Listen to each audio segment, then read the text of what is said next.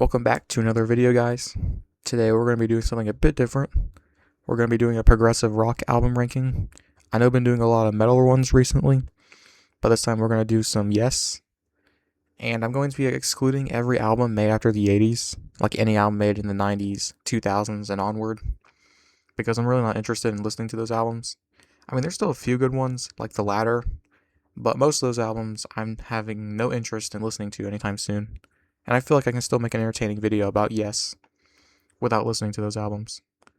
So yeah, I'm only going to be including albums made in the 80s and before. Also, no Tales from the Topographic Oceans, mainly because it's too long. Yeah, sorry, I tried to listen to it. I could not finish it. I mean, it probably would be an S tier if I was into like really long concept albums, but I'm not really. So yeah, we'll just be ranking the main albums from the 60s, 70s, and 80s, excluding Tales from Topographic Oceans. But any album besides those will be included. And we're going to start off with a self-titled album from 1969. And honestly, we're off to a good start here. I like every song off of this album, basically. I mean, it's probably their most underrated anyway. Like Every Little Thing, the Beatles cover, is very good. I See You is probably the proggiest song on here. I'd still consider this a progressive rock album, even though they're just starting out, and they basically sound very Beatlesy. Yesterday and Today is pretty good. Soft song. Harold Land's pretty good. Sweetness is very good. And yeah, every song on it I like. So yeah, it's going to go into A tier. That's definitely higher than what most people would put it in, but yeah, it's just very good for me. Next we got Time in a Word. And honestly, yeah, I don't really like it at all. I'm going to put it in F tier. There's not really any songs that I like.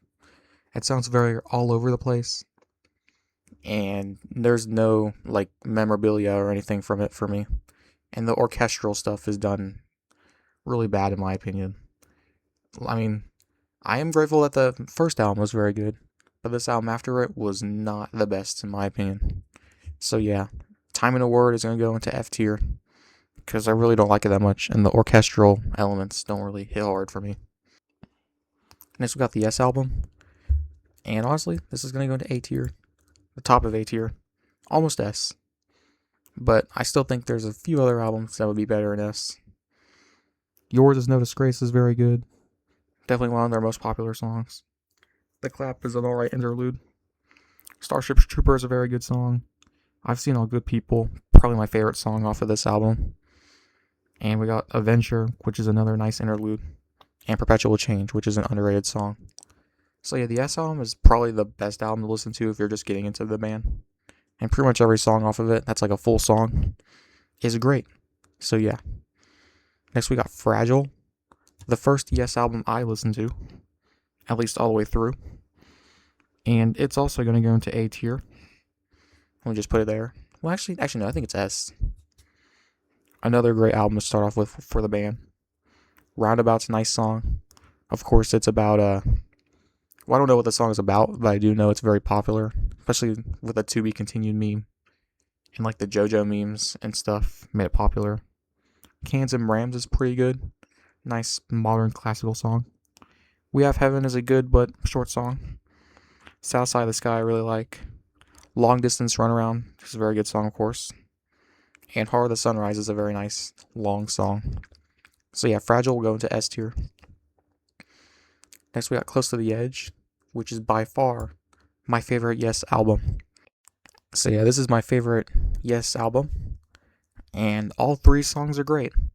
This is basically a perfect album. It's like what the Prog Corner says. It's like the best 38 minutes of music recorded. I don't know if I go that far, but it is still a very, very, very, very good album. And of course the title track is a masterpiece. Siberian Control is very good. And the second song, And You and I, is very nice as well.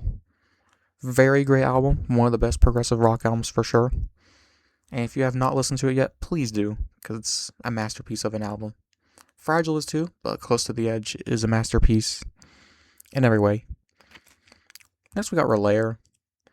And this album, probably put it in C tier. I think it's pretty mid. It's not bad per se, but it is pretty mid. It does the same thing that Close to the Edge does with the 3 songs. But I think this album takes it a bit too far. It's a little bit too much prog. And the songs sometimes drag on for a very long amount of time. I think there's one keyboard / guitar solo that lasts like 10 minutes. I don't remember too much from this, but I know I don't like it that much. So yeah, it's going to just go in C tier. Like I said, not terrible, not bad. Just not really for me. It's a little bit too much. Next we got Going for the One. And honestly, this album, I'm kind of split on putting it S or A. I think A, like very high A. Should work for Going for the One. Only 5 songs on here, but that's alright. Still very good. There's a lot of great material on here. Of course, the title track's very good. Going for the One. Awaken, I really like. Parallels is very catchy. It's a very good song. And yeah, the other 2 songs are great too. Probably their last, like, truly great album of the 70s. So yeah, I love Going for the One. It's one of the best progressive rock albums too, along with Close to the Edge, Fragile, and the Yes album. Next we got Tormato from 1978, their last 70s album. And I probably put it in D tier. I don't really like it that much. The only song I liked was Onward, and even then, it's not like a great song. It's just a good song. It's like a B tier song. It would not be, if I was ranking Yes songs, it would not be up here. It would be like B tier. That's still good. Still nothing to be ashamed of at all. Because good is good, obviously. But yeah, besides Onward, the other songs were just really boring. And this just sounds like a diet version of the earlier sound. A lot of people say this is where they start to get more commercial. I disagree. I don't think they got that commercial yet. So yeah, it's going to stay in D tier for now. And next we got Drama, which is also not that commercial yet. But some people say it is. And like with Tormato, I'd probably put it in D tier. But I like it a bit more though. The only song I liked was Machine Messiah. That's a pretty good progressive rock song from this time period. But the rest of the songs are not that good. It's a little bit more forgettable for me.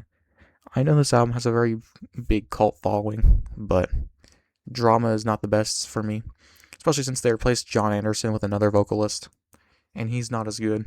He sounds like John Anderson, but diet, basically. So yeah, it's like a similar problem with Tormato. Just a diet version of all the greatness that the band did before. So yeah. Besides Machine Messiah, that's a great song. But besides that, I don't really care for this album that much. Next we got 90125. Their first pop album. And honestly, I really like it. Oh. Yeah, I really like 90125. Definitely good for a pop album, that's for sure. And yeah, there's a lot of good songs in here. Like Owner of a Lonely Heart is, of course, a classic song. Overplayed on some stations, but I've never heard it on the radio yet. So I'm okay. Hold On is a very good song. It Can Happen is probably one of their best pop songs, of course. Changes is pretty good. Cinema I really like. I think it's a song with like the really weird stuff in the middle, but it works. Our Song is good. And of course the last song, Hearts. So yeah, I like every song off of this pop album.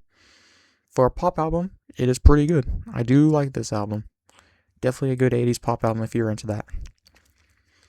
And next we finally have our last album of this video. Big Generator. It's going to go into B tier. This album is still very solid. Still definitely a good album. Rhythm of Love is a great opening song. And the title track is good too. Shoot High, Aim Low is really, really good. That is probably like their best pop song in my opinion. Very soft, very relaxing. Definitely a very good 80s pop song for sure. Almost Like Love is pretty good. Love Will Find a Way is very good. And the other songs are also pretty solid. So yeah. I don't like Big Generator as much as the other albums before, but it's still very good. And I still think people clown on it way too much. So yeah, Big Generator can go into B tier. Because it's good, but not as good as the classic stuff.